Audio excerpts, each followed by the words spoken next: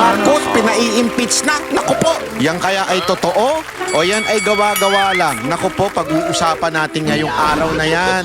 Ito nga, issue ng impeachment ni Marcos. Totoo kaya yan o isang lokohan lang o it's a prank? Ika nga, sabi ng mga iba. It's a prank. O, malay natin. Yan ang ating pag-uusapan ngayong araw na ito. At syempre, pag-uusapan din natin ang mga may init na nangyari sa Blue Ribbon Committee ni Lacson. Sabi nga niya, shut the F up daw. Sino kayo sinasabihan niyang gano'n, ano? Sabi kasi ni Lacson dun sa kanyang intro, yung mga bumabatikos daw sa kanya ay shut the F up daw. Abay, mana pala ito kay ano, no? Kay pangalan nito, yung wag niyo akong utusan. Si Recto. Mana pala ito kay Recto, bawal silang punahin. Kaya shut the F up daw.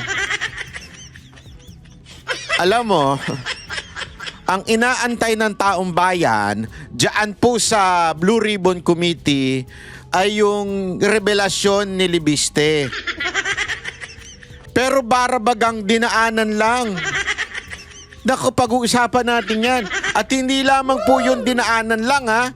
Pag titingnan nyo talaga yung YouTube, wala masyadong nagbalita. Hirap na hirap akong hanapin. Bakit kaya? Bakit kaya? Tapos sasabihin mo, Lacson, shut the F up. Gago! You shut the F up. Ikaw ang tumahimik. Dahil tumahimik ka na. Dahil tumahimik ka na sa issue ni Libiste. Nawala na yung usapang kay Libiste. Napunta na sa mga ewan ko kung ano ba isyong gusto nyong palabasin. Di ba? Ay nako. Anyway, pag-usapan natin yan ha, mga kababayan, dahil alam mo matindi ang matindi ang pangyayari ho sa social media. Ha? Tingnan natin ha. Una-una itong impeachment. Panoorin ho natin ha.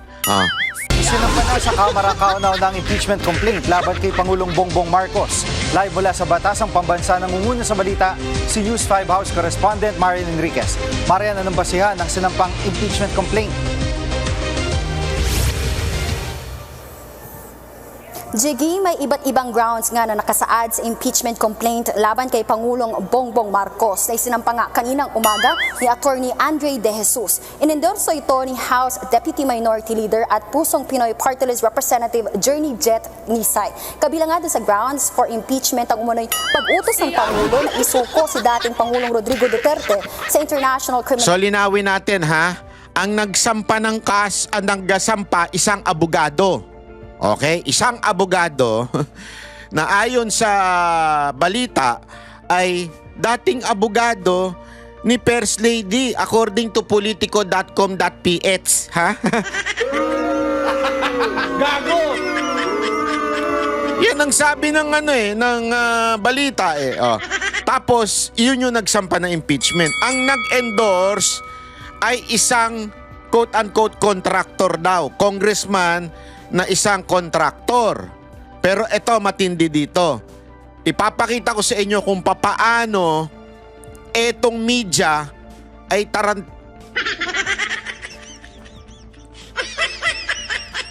ay misleading. Okay?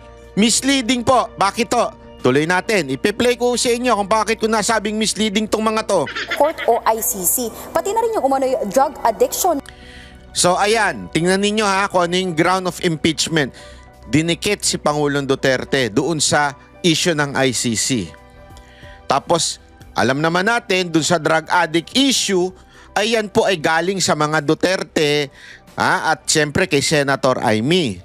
So diyan sa forma pa lamang nung impeachment complaint, mukhang pinalalabas na ito ay galing sa mga Duterte. pansinin ninyo ha, maging observant po tayo. Ang Pangulo na sagabal daw para magampanan ng Pangulo yung kanyang tungkulin. Nakasaad din sa complaint Jiggy, yung pagkabigo raw ni Pangulong Marcos na i-veto yung unprogrammed appropriations sa national budget mula nga sa 2023 hanggang budget ng 2026. Dagdag pa nga sa reklamo nakinabang umano yung Pangulo sa flood control kickbacks at ginawa umano niya yung Independent Commission for Infrastructure o ICI para nga pagtakpa ng kanyang mga kaalyado. So, Narito ang bahagi ng ayan. pahayag ni Attorney De Jesus. Ito, paliwanag ko lang sa inyo. Parang isang kasinungalingan ay magmukhang totoo. Hahaluan mo talaga ng katotohanan. Kalhati katotohanan, kalhati mukhang delicates. Ano ibig ko sabihin? Halimbawa, yung mga asawa ninyo nagpapalusot sa inyo. Saan ka galing? Umuwi ng madaling araw. Sabi mo sa opisina, may meeting. That's half truth. Pero that is the truth. Ang galing naman talaga siya sa opisina at may meeting nga naman talaga sa opisina. Tapos, sumegway nga lang. Sumegway nga lang kung kani-kanino, kung saan-saan. Pero the truth is, talaga naman galing siya sa meeting. Galing siya sa opisina. Kasi doon naman talaga siya nagtatrabaho eh. So yung sinasabi nating half-truth. Hindi ba? Ang tamang tanong ay, saan ka galing? Panggaling mo sa opisina bago ka pumuwi. Yun. So itong sinasabi kong ito, para bagang sinasabi dito, ito talaga yung grounds for impeachment. Pero ididikit namin ang mga Duterte. Para mukhang ang nagpapa-impeach ay ang mga Duterte. Naku po. Gago! Delicates talaga. Oh. Tapos, eto pa, misleading. Tuloy natin. May papakita ko sa inyo misleading. At Congressman Nisay. No one, not even the president, is above the law. So sabi nga, mapanagot ang dapat mapanagot. So siguro, mapanagot ang totoong may mga sala. Thank you. Sir, sorry kung to ask. Eto ha. Bakit etong congressman na ito ang nag-endorse? Si Representative Jet Nisay, isang kontraktor. Daw, according to this news, as a matter of fact, yan ang thumbnail nila. Papakita ko ha. Ayan po ang thumbnail ng News 5. So para bagang pinalalabas sa tao yung inaakusahan na kontraktor o yung congressman na inaakusahan, si Nisay, na inaakusahan na may katiwalian or whatsoever. Inaakusahan yan ngayon eh. Actually, ang nag-akusa dyan, Malacanang. Okay? I-google nyo po, nasa balita po yan, inakusahan yan ng Malacanang. Isa yan sa mga para bagang ibinigay na listahan na kontraktor. Congressman na kontraktor. Okay? Ngayon, bakit siya ang nag-endorse? Para mukhang kaya niya kinakasuhan si BBM o kaya niya in-endorse yung impeachment ay dahil gumaganti lang siya. Dahil siya ang unang inaccuse. So madaling salita, parang ang pangit ng dating sa taong bayan. Kaya inakusahan niyan si BBM ng impeachment, it is because kontraktor yan. Yan, tingnan ninyo thumbnail. Always remember these people in the house. Okay? Always remember this. I've been studying blogging for a couple of years. Talagang pinag-aaralan ko kung paano mag-vlog, kung paano palawakin ang market sa vlogging. At ang laging number 1 na sinasabi ay make sure maayos ang thumbnail at ang title. 50% ng iyong quote-unquote success sa pagbablog ay yung thumbnail and the title. Which is, yung title ay nasa thumbnail din minsan o kadalasan. So dito pa lang, kitang-kita mo na may pagbali na ng katotohanan. Ano ibig sabihin? Dito pa lang ang pinakikita na sa minds ng mga taong nanunood. Bago pa panoorin yung video, sinasabi na nila nitong TV5, itong News 5 na sinasabi na na itong tao na ito, kaya ito nagdedemanda, kaya ito nagpa-impeach ay dahil sa siya ang unang inakusahan o siya ay kontraktor, siya ay kumita, siya ay parang ganun ang pinalalabas. Kasi nga again, ang mga kontraktor na congressman ina-accuse ngayong panahon na ito. So, yung palang pinalalabas, 50% na pinalalabas ng news na ito ay tila hindi karapat-dapat kasuhan o impeach si PBBM dahil ang mga nag-aakusa sa kanya yung talagang mga tunay na akusado.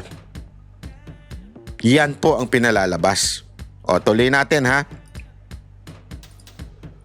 Panagot ang totoong may mga sala. Sir, sorry to ask this question, pero are you working with the side of the Vice President? Are you working at the side of the Vice President? Napakaano naman nung question na yun? What made you think that way na kaya pinapa-impeach because of the Vice President?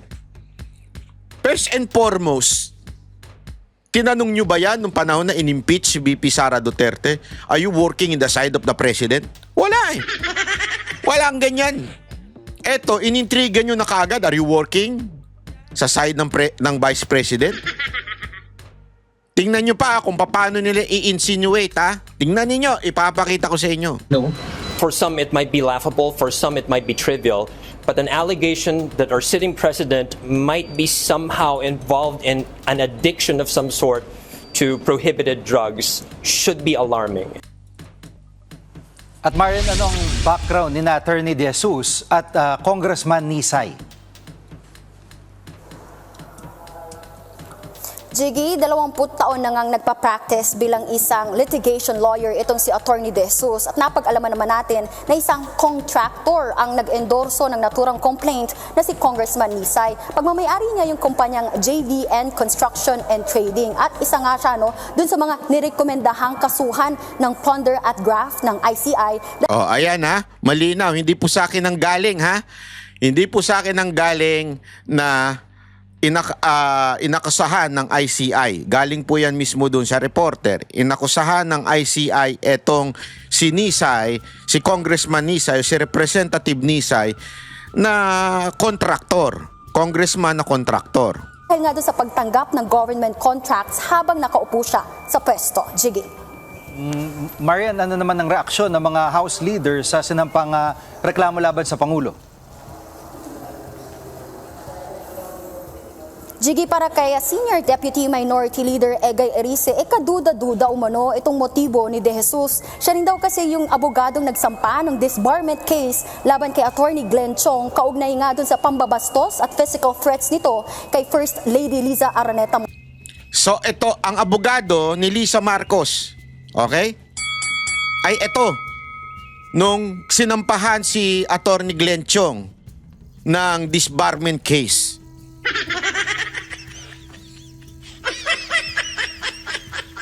Same lawyer na nagsampa ng impeachment kay Marcos ay dating lawyer daw, according to this report. Dating lawyer daw ni Lisa Marcos na nagsampa ng disbarment case against Glenn Chong.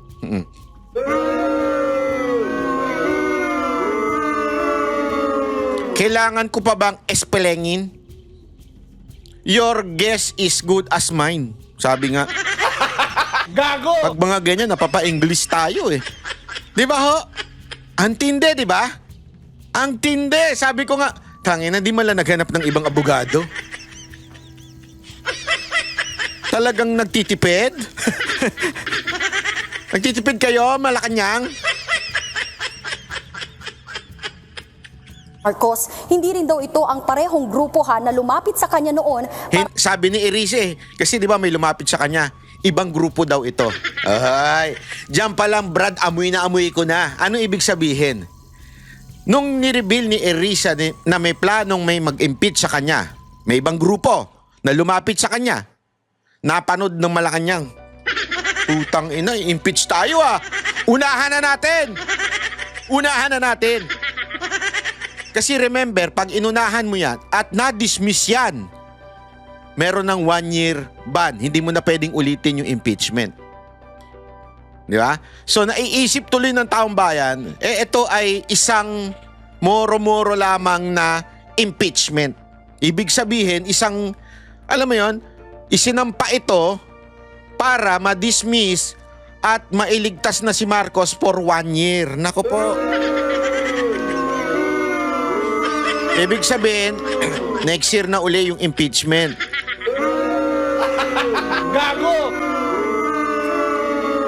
Pakisulat nga yung mga komento nyo dyan kung ganyan din ang inyong naiisip. Kasi ganyan na nababasa natin sa social media eh. Nga sa planong impeachment complaint at dagdag pa nga ni Erice, malaki yung tsansang ma-dismiss agad ang naturang reklamo dahil sa lack of form and substance. Kita ninyo? Lack of form and substance. Importante kasi yan, mga kababayan. So ginagago nila na naman yung sistema. Tinatarantado na naman nila yung proseso. Di ba? Ganyan yung ginawa nila doon sa impeachment ni VP Sara Duterte. Ginago nila yung proseso kaya ibinalik ng Supreme Court. Remember that. Marami sinabi ang Supreme Court. Ang isa sa mga sinabi sa pagkakaalala ko, correct me if I'm wrong, sa pagkakaalala ko, kasi nga hindi man lang nabasa ng mga tao, ng mga congressman, yung complaint, no time, at the same time para bagang hindi nabigyan ng pagkakataon si Vice President Sara Duterte na sagutin yung reklamo. So, medyo talagang gawain nila yung gaguhin ng proseso. At isa na nga ho ito, yung substance, walang kwenta. Diba? Walang kwenta daw, sabi ni Erice. Ito yung pahayag ni Congressman Erice. I'm still puzzled with what is the motive because anytime any person can file a complaint until within the week. So pareho lang. It will be consolidated. It will be referred to the Committee on Justice. Jiggy, question din nga ni Davao City 1st District Representative Paulo Duterte yung impeachment complaint laban sa Pangulo. Tinawag niyang... Eto ha, something fishy to. News 5, makinig kayo sa akin. Akala ninyo makakalusot kayo sa taong bayan. Kung nakakalusot kayo sa mga tangang mga pinklawan at saka mga teroristang makakaliwa, kay Banat Bay di kayo makakalusot. Kita ninyo? Sa dami-dami ng bidyong ginamit dito, sa dami-dami ng bidyong ginamit nyo kay Paulo Duterte, yung may suot pa siyang PPP, na same din ng initial ng abogadong nag-endorse ng impeachment na si Congressman yung nagsampa, si Nisay ba yun? Tama. Oh, nakakalimutan ko na kagad. Di ba? So same. Pero wait, chotomate ko desay. Tingnan nyo baka naman Banat ba ikaw lang nag-iisip niyan? Ikaw lang nag-iisip na sinadya ng TV5 yan. Ay sige, i-play pa natin. Tandaan ninyo si Congressman Nisay ay isang PPP party list. Ano yon? Yung Pusong Pinoy Party List. Okay, PPP. Macau ang reklamo. Kapag daw kasi na-dismiss ito, 1 taon na naman ang hihintayin para nga maghain ng bago. Pero itinanggi ni Attorney De...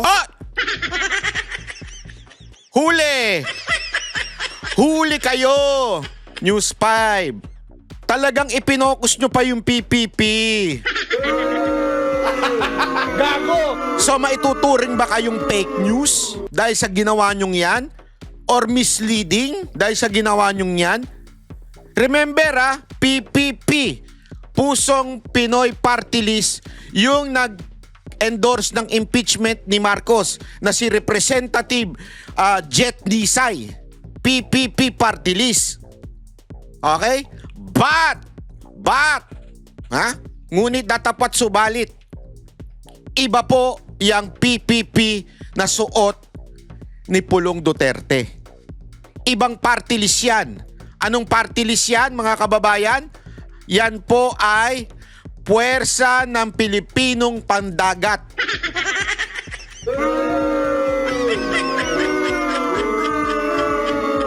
Yang puwersa ng Pilipinong pandagat, isa pong Duterte ang first nominee niyan, si Harold Duterte. Ulitin natin. Yung Jet Nisay, puwersa ng Pilipinong pandagat. Ay, sorry. Ulit. Kay Jet Nisay ay, pangalan nito, yung pusong mamon. Ayun, pusong Pinoy party list.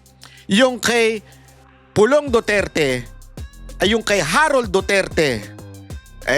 Alam nyo po, walang iba kung hindi puwersa ng Pilipinong pandagat. So, what's the proof? Papakita ko lang. Ito yung nag-impeach. Pakita lang natin, ha? Wait. Si Jet Nisay. Ayan, malinaw ho yan. Nakasulat po dyan. Puwersa... ang nakasulat po dyan ay Pusong Pinoy Party List. Kasi naman, pati yung mga ganyan, hindi ko alam bakit nagkakaroon ng mga ganyang party list eh. Pusong Pinoy Party List. Okay? Pusong Pinoy Party List. Ano naman yung party list ni Pulong Duterte o yung anak niya? Ito naman po. Ano yan? PPP Party List. Kita nyo, same logo? Ano po yan? Yan po ay puwersa ng Pilipinong pandagat. So kahit nga ako, namimix ko eh. Kaya lang, sa dami-dami ng video na gagamitin ng News 5, bakit ito ang ginamit? News 5. Are you trying to insinuate na si Pulong Duterte ay kakampi ni Nisay? Ni Congressman Representative Contractor Congressman Representative Nisay? Ha? Yan bang sinusubukan ninyong subconsciously ipasa sa pag-iisip ng mga Pilipino?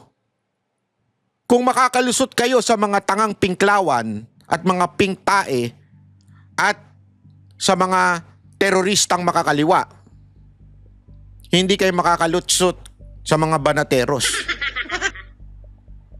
Booking kayo dyan. Magkaibang party list yan. Pero bakit yan ang ginamit ninyo? Napaka-obvious. Na konektado siya kay Pangulong Marcos. Narito ang kanyang pahayag. So talagang inano ninyo ha? Zinumpa ninyo.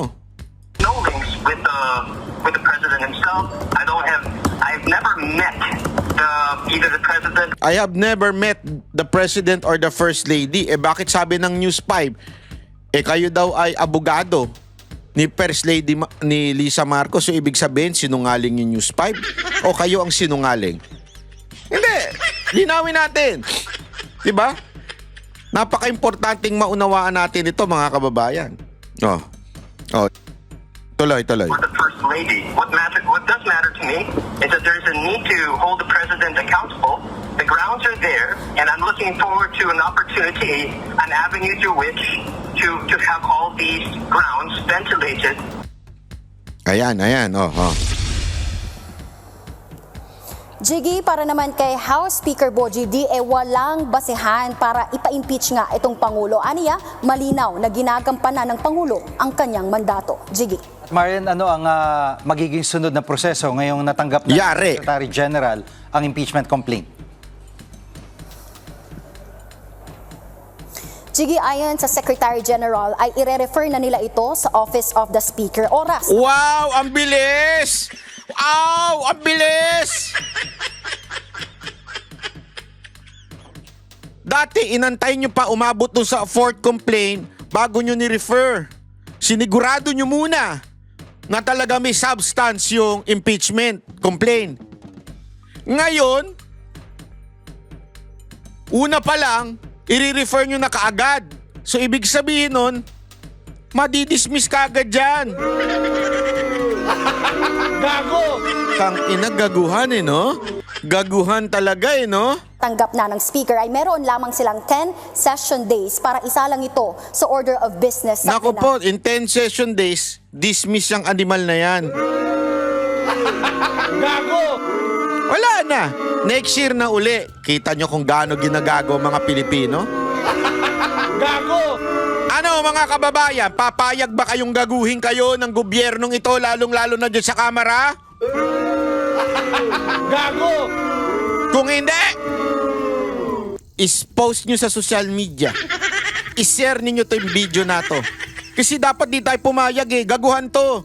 Ginagago nyo yung proseso At meron lang 3 session days para naman ma-refer ito sa Committee on Justice kung saan tutukuyin kung sufficient in form and substance ang reklamo. Ayon sa rules ng Kamara, deemed initiated na ang isang impeachment complaint oras nga na ma-refer ito sa Committee on Justice. Patay. Ayon naman sa konstitusyon, hindi na maaaring maghain pa ng Nako, panibagong wala na. impeachment Tapos sa na, parehong finish tao na. sa loob ng 1 taon oras na magsimula o ma-initiate na nga ang impeachment proceedings. Jiggy, sa January 26 o sa susunod na Lunes na nga magre-resume ang sesyon dito sa Kamara at aabangan wala natin na. kung isasalang na ba ito Gaguhan na. itong naunang impeachment complaint Gaguhan na talaga sa order of business Pilipinas. sa plenaryo at mag-aabang din tayo kung may hahabol pa ang ibang impeachment or grupo na maghahain nga ng impeachment complaint sa Office of the Secretary General within this week. Wala na. Rin kasing sinabi ng Makabayan Block na maghahain nga sila ng impeachment complaint laban kay Pangulong Marcos. Gayon din yung DDS group na sinasabi ni Erice na unang lumapit nga sa kanya na magpa-file ng impeachment complaint. Yan muna Wala ang na. request dito sa Kamara. Balik sa'yo, Jiggy. Yan ang ulat ni Marian Enriquez live mula sa Batasang Pambansa. Mga Wala kapatid, na. Jig Manikad po. Gaguhan na talaga mga kababayan. Kitang-kita nyo na, di ba? Gaguhan na. So, kayo na ang bahalang humusga. Pero ayan napaka-obvious na talagang tinatarantado tayo ng gobernong ito. Payag po ba kayo? Punta na tayo ngayon doon sa hearing kanina kasi doon kanina merong nag-aapoy. At dito, hindi nakalusot kay Marcoleta. Hindi nakalusot kay Marcoleta ang palusot ng DOJ. Nako, ano ba yan? Ano na naman nangyayari dyan? Grabe ho talaga yan, ha? Ang problema, prosecutor pa doon yun, ini-insist mo kasi yung restitution kaya tayo nagkakaroon ng problema. Will you still insist on that? Sir, we never mentioned that restitution is a condition. Paulit-ulit po namin sinasabi yon, Mr. Chair, na hindi po siya kondisyon para ang isang tao ay matanggap o makonsidera bilang isang witness under the Witness Protection Tapos na Program. tayo dyan. Tapos na tayo dyan. Ang Kaya nga po, naging sinasagot ko po kayo na hindi ko po namin Ay, sinasabi. grabe, binabastos ka, Marcoleta, oh!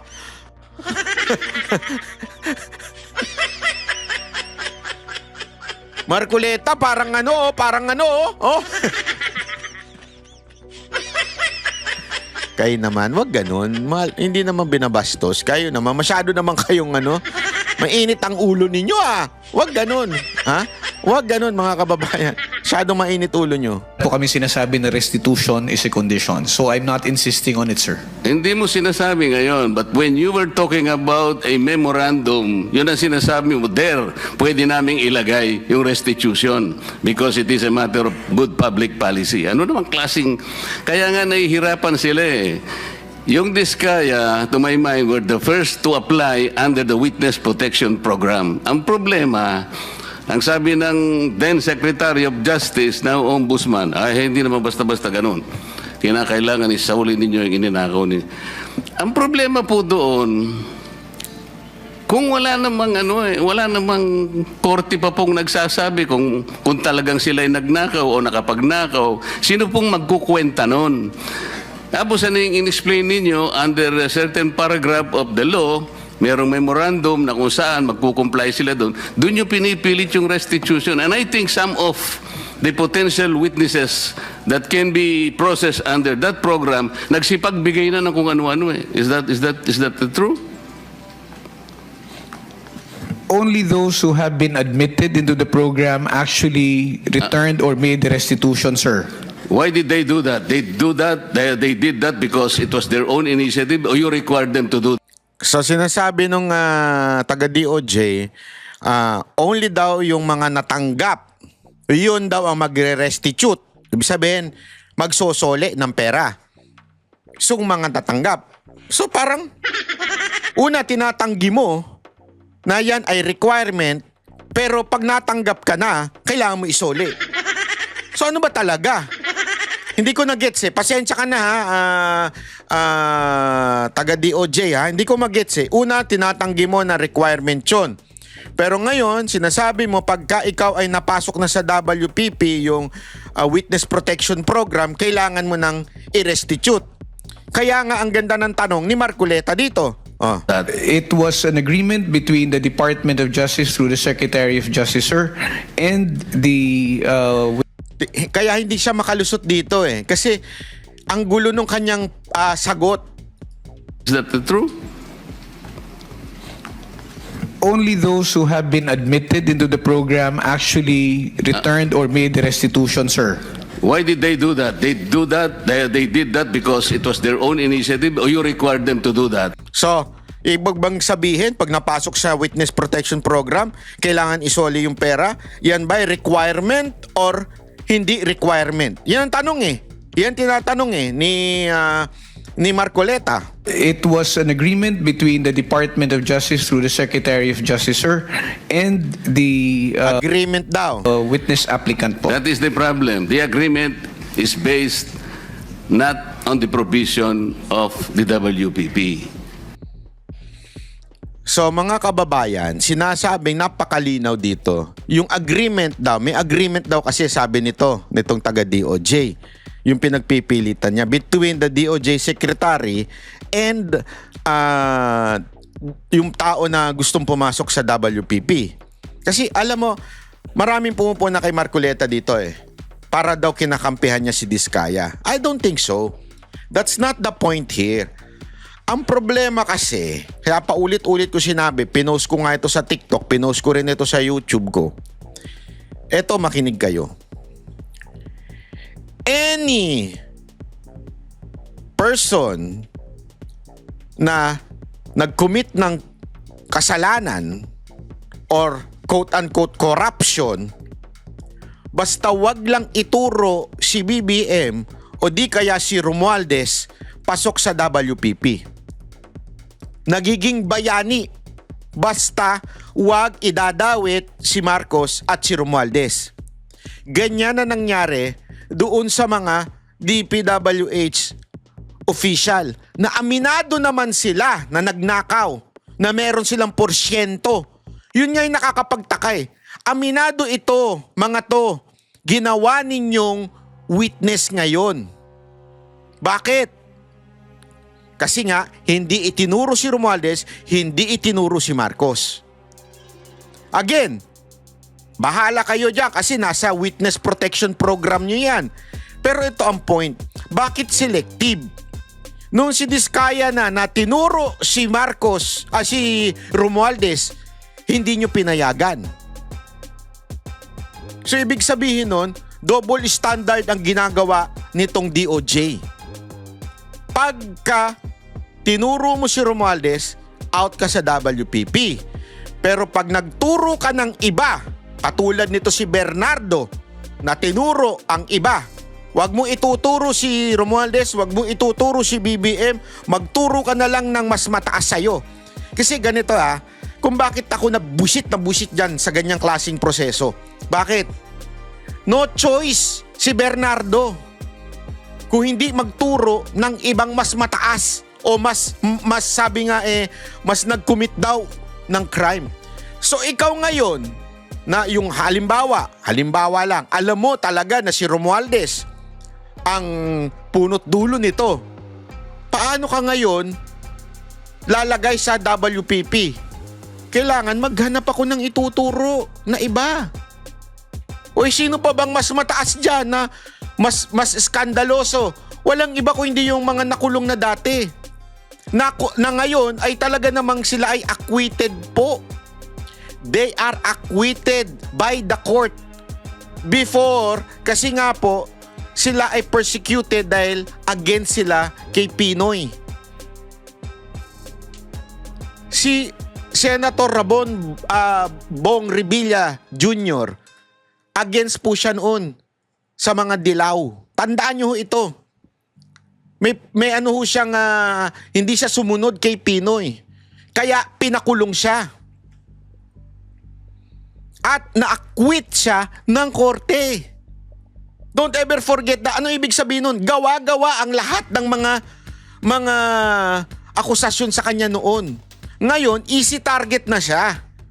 Easy target na siya. Kaya, etong si Bernardo, dahil nga, basta wag mong papangalanan si Romualdez, papasok ka sa WPP, kung ikaw ay nagnakaw, ngayon bayani ka na. Di ba? Ikaw na nga yung may kasalanan, ikaw pa bayani. Basta, wag mong ituturo si Romualdez, wag mo ituturo si Marcos, magturo ka na lang ng iba. Yung kapanipaniwala. Sino ba? Siyempre yung easy target. Si Joel Villanueva at si Revilla. Bakit si Joel Villanueva easy target? Tingnan nyo yung tatlong inaakusa. Hindi ko kinakampihan tong tatlong to. Pero tingnan nyo na lang magkaroon kayo ng utak.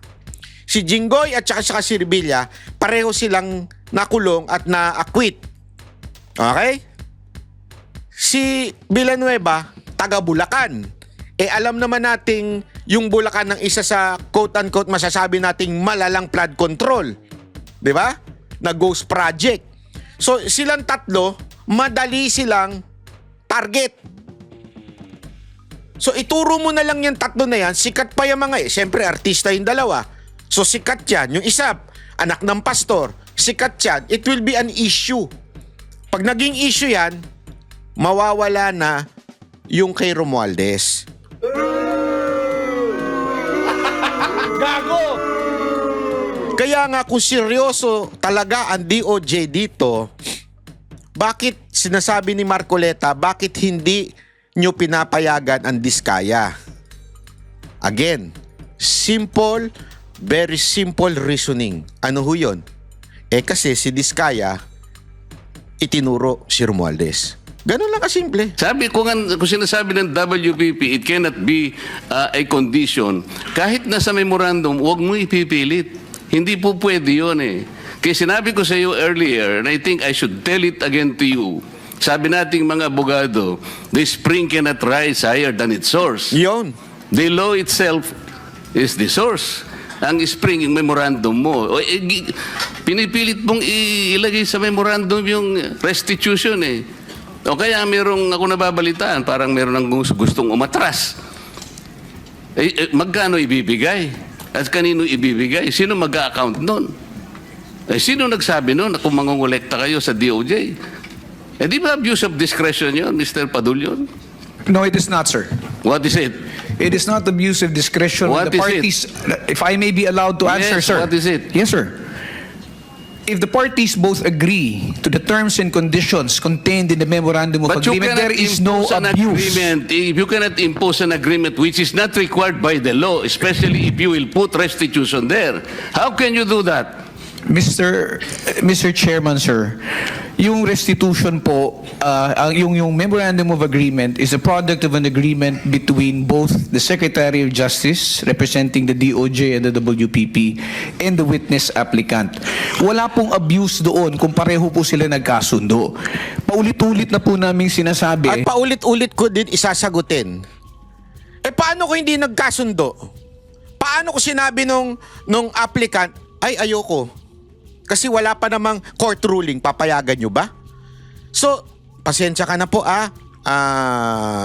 ikaw na taga DOJ. Mali po kasi yung argument ninyo na pag nagkasundo. Paano ko hindi pumayag yung witness at sinabi niya, let the court rule first kung magkano ba yung isosoli namin. Yan lang naman yung sinasabi ni Marcoleta eh. Hayaan natin ng korting magsabi, isoli mo ito. Di ba? Pero it should not be the requirement. It should not be yung... Kasi kung ganun, ang sinasabi ni Marcoleta, kung ganun ang mangyayari, baka wala nang pumasok sa WPP, yung Witness Protection Program. Bakit pa papasok? Wala na silang isosoli eh. Di ba, na-freeze na yung mga account nila, paano isosoli yun? Wala na silang pera. So, ibig sabihin, that opportunity for them to tell the truth, nawala na.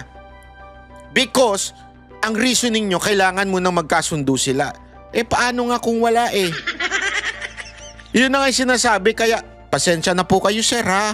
Ako po hindi naman galit sa inyo pero pinapaliwanag ko lamang po na malabo po yung reasoning na ganon. Na ito tayo, naghahanap tayo, naghahabol tayo doon sa mga taong nangurakot, tapos itong mga tao na umamin at handang magsoli, ayaw nating tanggapin yung kanilang sinusoli. Ano ho ang nakikitang mali doon? Para po sa amin, para ho maibsan kahit papano yung sakit at pagdurusa ng ating mga kababayan na nakikita nila na napakalaking pera ang nawala. Ano ho ba yung maibalik natin yung kaunti? And remember, Mr. Chair, if I may... Do not preach to the choir. Ha? No, I'm not preaching, Sandali Mr. sandali lang. Ano na, Senator Marcoleta? Parang para bagang ano kayo binabara kayo, tinuturuan kayo. Buti na lang sumagot si Senator Marcoleta, do not preach to the choir. Ang pinag-uusapan natin, these people are supposed to be potential witnesses for the state. Kailangan tulungan natin ang Estado para ma-prosecute kung sino-sino ang dapat managot. Kaya nga natin sila ilalagdag. Mahirap ang gagawin nila. Malalagay sa alangin ang buhay nila. Kaya nga yung witness protection is for them. Sa title lang makikita mo, witness protection in interest para sa kanila yon. So yung memorandum of agreement, ayun ay dahilan lamang para masiguro mo na sila'y makikipag-cooperate. Kasi kahit na sila'y na-approve under the Witness Protection Program, but they will not cooperate based on the memorandum, pwede mo siyang i-discharge Alam mo, the court can still do that. At saka yung final approval ng witness, state witness, nasa court yun Huwag mong kukunin yun Kaso, isinasama ninyo yung restitution. That is the problem. And I will object to that. Palaging mali yun paano yung kay Diskaya? Pinipilit ninyo na mag-restitute. Sabi niya, ewan ko kung pinag-usapan ninyo. What did they tell you, Mr. Diskaya? Your Honor, kung magkano po ang i-restitute po muna namin. Ano sabi nila? Magkano daw? Ako po, hindi ko po masabi kung magkano po. Kasi para sa akin po, parang kami po ang nanakawan. Parang ibig sabihin, parang modern day na pagnanakaw. Ibig sabihin, yung nakaw ba? Siya pa ang magbibigay ng pera dun sa ninakawan niya. Parang ganun po. Sabi niya kanina, it's in a disagreement. Magulo yung analogy mo doon ha. Magulo ka doon sa part na yon, Diskaya. Simple lang yung tanong sa'yo, wag kang kung ano-ano sinasagot mo. Simple lang ang tanong sa'yo, binigyan ka ba ng kondisyon bago makapasok sa WPP? Yun lang ang sagutin mo. Between the applicant and the DOJ, did you agree that you restitute any money to the DOJ? Wala po pang maibibigay po. At saka... yun na nga, because wala kang maibigay, hindi kanya ipoprocess under the Witness Protection Program. Is that not correct? Correct. Hindi ko po alam, Your Honor, kung... Mr. Chair, paano to? Ito si Mr. Diskaya, he was the first, tsaka yung asawa niya who applied under the WPP. The problem is, ang sabi ng dating DOJ Secretary, hindi, kinakailangan isoli muna yung mga pinagnanakaw. Hindi po pwedeng ganun-ganun lang. Paano ngayon siya mapuprocess if that was dangled? Paano siya mapuprocess to begin with? May I be allowed to respond now, Mr. Oo Chair? nga, tinanong ka na nga PJ, Padilla. Thank you, sir. Sir, Mr. Chair, una, sabihin ko lamang po na... Pero alam mo, wag kayo magalit dito. Naiipit lang din dito sa secretary. Sa totoo lang, hindi naman po kasi siya nagdi-decide. Ang nagdi-decide po yung secretary. So, honestly, medyo naiipit siya. And I understand. Sir, I understand kung bakit ganyan ang mga sagot ninyo. Dahil naiipit kayo doon sa desisyon ng inyong secretary. Na wala naman kayo magawa. Remember, political ho ang secretary nyo before. Kasi remember, ito yung panahon ni Remulla. So, talagang mahihirapan ito si Sir na i-justify yung sinasabi niya na kailangan na restitution. Or kailangan ng kasunduan. Mahihirapan talaga. Kasinungalingan po yung sinasabi ni Mr. Diskaya na agad-agad silang sinabihan na magsoli ka. Ang pinag-uusapan po dito, bago man lang makapagsabi ng ganon, kailangan munang makita kung ano ang gusto at kayang sabihin at patunayan ni Mr. Diskaya at ni Mrs. Diskaya doon sa kanilang salaysay. Prosec Pero General. hindi po sila nakikipag-ugnayan sa department. Kaya hindi po sila mabigyan ng kaukulang proteksyon at hindi po ma-process yung kanilang application. So yung sinasabi po ni Mr. Diskaya, from the hearing of November 14 in the Senate Blue Ribbon Committee, there was never a chance or an opportunity that Mr. Diskaya and or counsel even approach the department despite the proddings of the chairman. Mr. Ano ba yung title mo? Mr. Prosecutor. Mr. PG na lang. Oh, Mr. PG. Nung ako yung chairman pa dito, sila yung unang nag-apply. So, dahil kailangan nila ng protection, it was incumbent upon the chairman na sumulat sa Senate President to endorse yung kanilang application. That was the provision of law kasi. But even before they can do that, actually kasi nung sinasabi ko yon nung hearing, di ko naman alam mapapalitan na pala kami. Alam mo na yon, di ba? Yung araw din na yon, nag-press con na si Secretary of Justice. Narinig ko eh. Sabi niya, hindi po pwedeng ganon. I cannot apply. Hindi pwedeng basta-basta ganon na lang. And then the new Senate President based his judgment of not entertaining that application on the articulation of the Department of Justice. So, ang tinatanong ko nga sa inyo, hindi siya sinungaling. Ang mismong kayo ang nagbigay na ng condition kasi. Kaya sinasabi ko, if you insisted on the condition of restitution, how can Diskaya or any other persons similar to his situation even begin to apply under the WPP? If I may respond, Mr. Chair. If I may refresh the memory of the good senator, during the last hearing of November 14, Sir, dapat yung mga ganyan wag yun ang binibitawan. Delicates kasi mapipikon si Marcoleta sa mga ganyan niya. Aba! Makakalimutin daw ako. Ay, delicates yan. 2025. That matter that you raised about the statement made by the former Secretary of Justice was already put on the side when you asked that question. And we already informed the chairman that if they wish to file their application, if they wish to be processed, they go to the Department of Justice. Binanggit po yan, nasa transcripts po yan na sinasabi niya, o sige, wala mo ng pag-uusapang restitution. But did they ever come to the department to coordinate with us? No, they did not. And let me just put it on record, sir, na hindi po ito question na kung sino ang nauna. Naku po, patay tayo dyan. Matinding bangayan to. Kasi meron kang ganyan, nyari ka ngayon. Hindi kasi alam mo, para mong binabara si Marcoleta. Kung ako sa'yo, umuo ka na lang ng umuo. Hindi ako, bibigyan kita ng suggestion na umuo ka na lang kasi wala ka na magagawa eh. Utos naman ng sekretary nyo, so understandable naman yun. Pwede mo naman sabihin eh, Sir, pasensya na po, wala ako magagawa kasi sekretary po nagsabi. Maganda ho siguro si sekretary na lang ang tanungin ninyo. Wag ako. Parang ganun dapat eh. Di ba?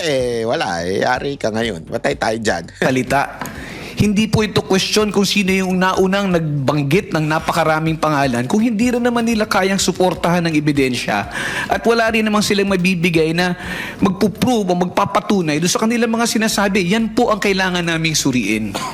I am sorry, Mr. Chair, he did not refresh my memory. Nako, yari ka po. Pinupulyot mo yung memory ko eh. Hindi siya nagpunta rito na sabihin niya na, okay, pumunta ka sa DOJ, huwag na muna natin pag-usapan ng restitution. Walang ganon. Walang Nagpunta ganon. nga siya rito dito si DOJ Secretary din eh. O sabi ko, Boying, okay na ba yun? Papupunta. O di wala nang ano ha? Wala nang restitution ha? Basta papuntahin mo silang mag-asawa doon. Hindi ba nagpunta ka, Mr. Diskaya? Yung kinabukasan nung magkita kayo rito? Mr. Diskaya, you may respond, but unfortunately, your time is up. Your Honor, nung ano po, Your Honor, hindi po kami... yes po, Your Honor. Napatapos na yung lakson. Ayun ha, nagpunta. So, to the rescue si Lacson. Gago! To the rescue si Lacson at sinasabi nga niya na, ay nako, tama na, tapos na oras mo, Marcoleta. Alam mo kung bakit? Again ha, ang pinapalabas ng mga pink tae at saka mga loyalistang tanga, pinalalabas nila na kinakampihan ni Diskaya etong si pangalan nito? Ang pinakampihan ni Marcoleta si Diskaya. Alam mo, sino ba sumagot nun? I think si Governor Chavit eh. Tinanong namin kung pinoprotektahan mo ba si Diskaya? Ang sagot niya, abay dapat protektahan. Yun ang tama. Tamang sagot yun. Yan yung sagot ni Governor Chavit nung Sabado sa Vox Populi. Uy, manood kayo Vox Populi alas 6 hanggang alas 8 ng gabi. Alam mo, tama yung sinabi ni Governor Chavit. Ang sabi niya nga, dapat protektahan. Kasi alam nila, sila ang pinakamalaking kontraktor na nakakuha ng mga proyekto. Ibig sabihin, they are really involved in this mess. Therefore, if they are involved in this mess, sila ang nakakaalam kung papaano sila nakapasok sa gobyerno na may pinakamalaking kontrata at kung sino ang kanilang binibigyan. Alam nila. Bakit nung binanggit si Romualdez, tila sila na ang kontrabida. Ngayon, yung mga sila Bernardo ay biglang sila ngayon ang bida dahil hindi binanggit si Romualdez. Halatang kalokohan.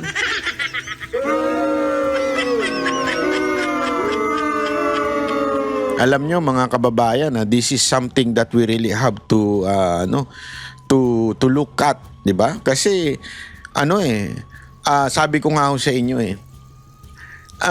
wag ho tayong magpaloko sa packaging ng media, sa packaging ng kanilang PR. Kasi may humahandle ng PR ng gobyerno to eh. Kita ninyo?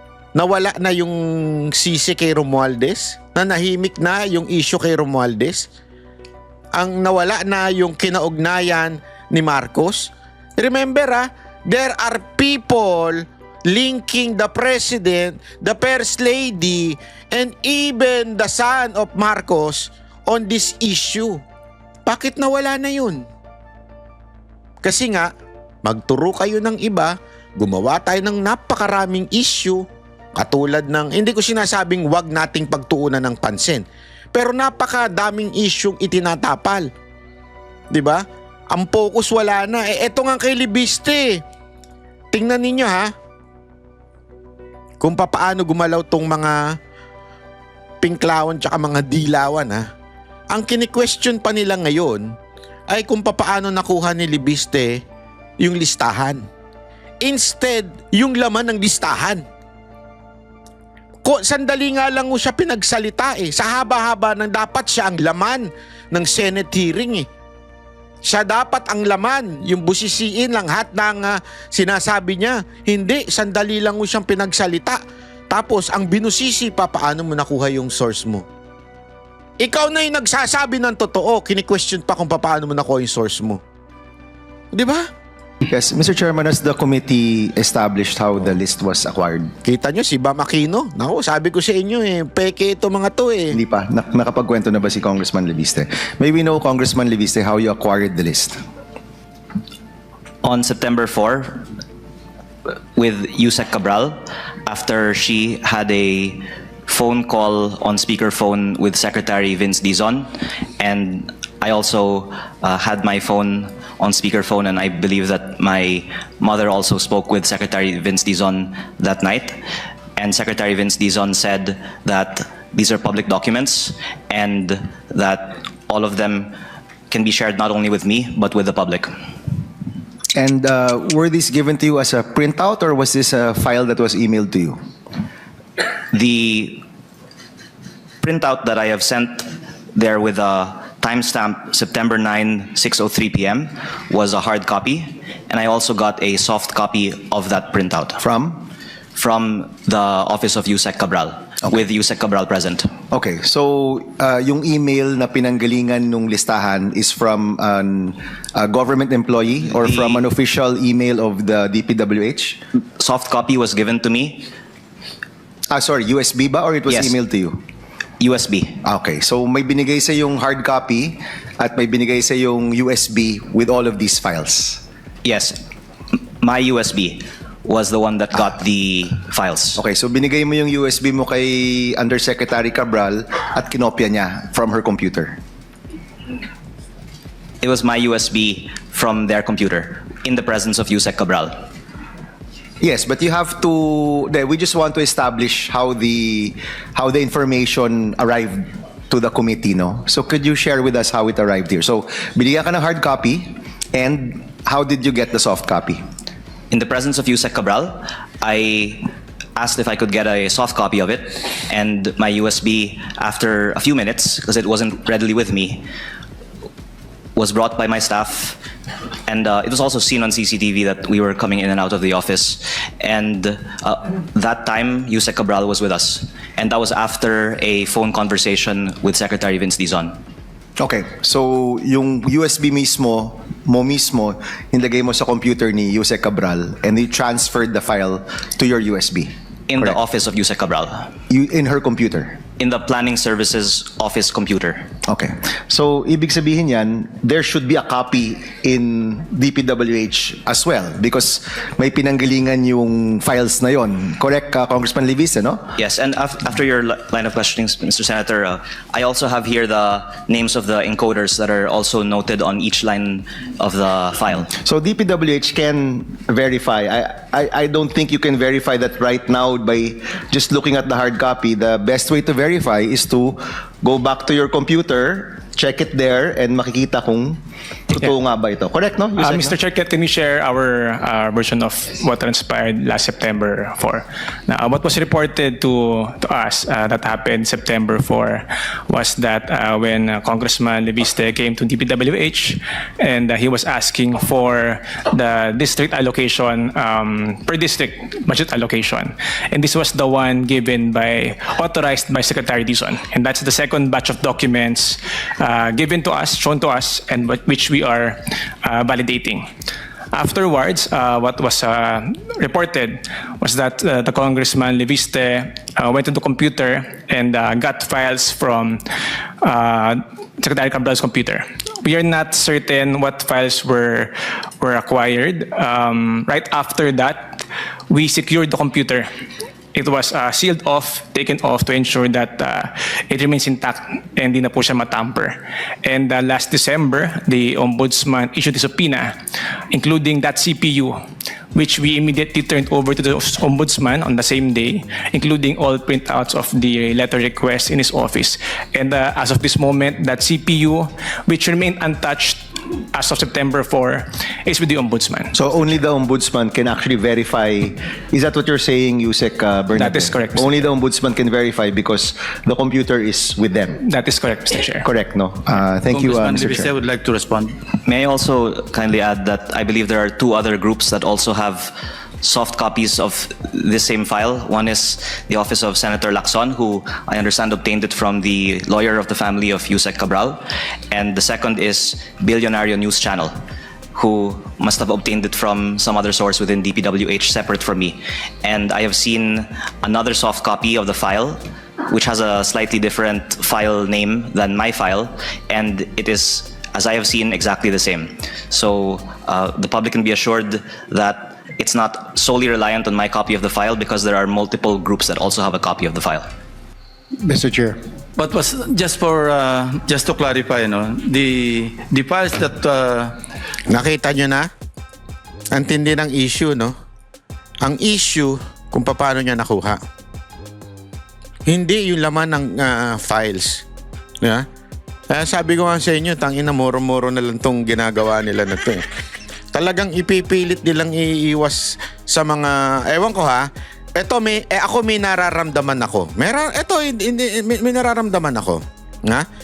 May nararamdaman ako na tila iaano nila, mukhang inilalaglag na nila unti-unti si Romualdez, pero ililigtas talaga nila si Marcos. Kaya obserba natin sa mga darating na araw. Dahil mukhang, halimbawa yung revelation tungkol doon sa pagbili ni Romualdez ng bahay through Diskaya, doon sa Forbes, parang ikinokonek na nila si Romualdez. I'm not sure if that is the PR now, what is happening sa gobyerno. Pero ewan ko kung yan ba ay pinipitik na nila para makita nila kung papalo ba ito kay Marcos. Kasi parang testing ground eh. Sandali, tingnan natin kung pag pinitik ba natin si Romualdez, ano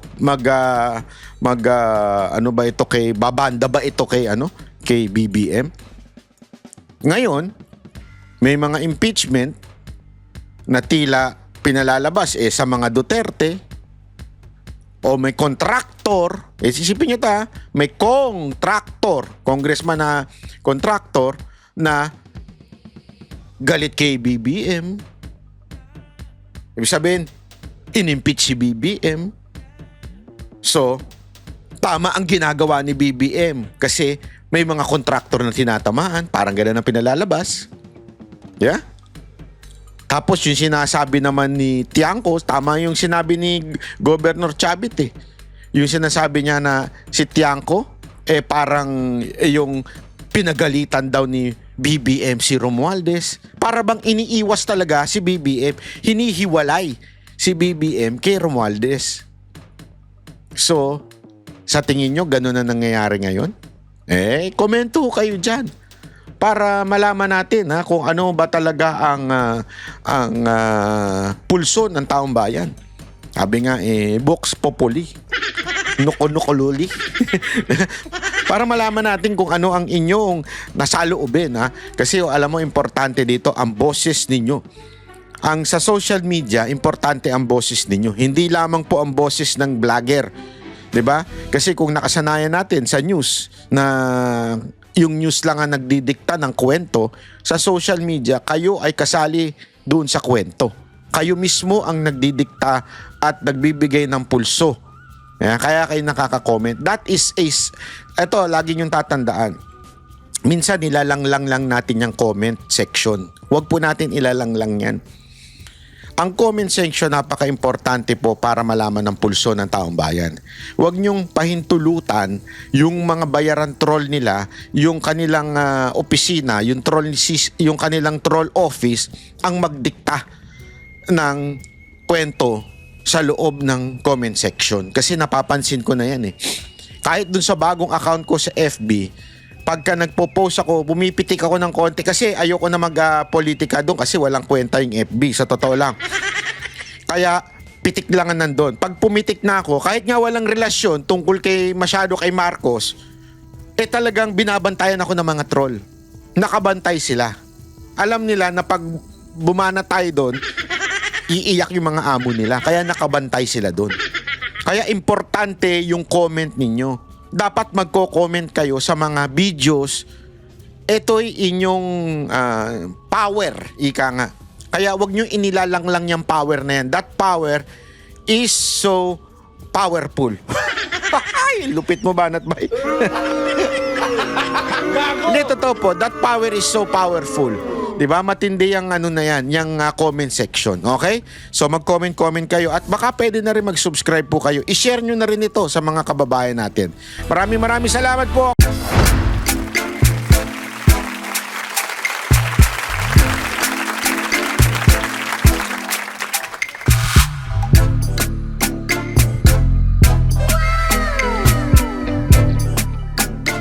The next performance will start momentarily.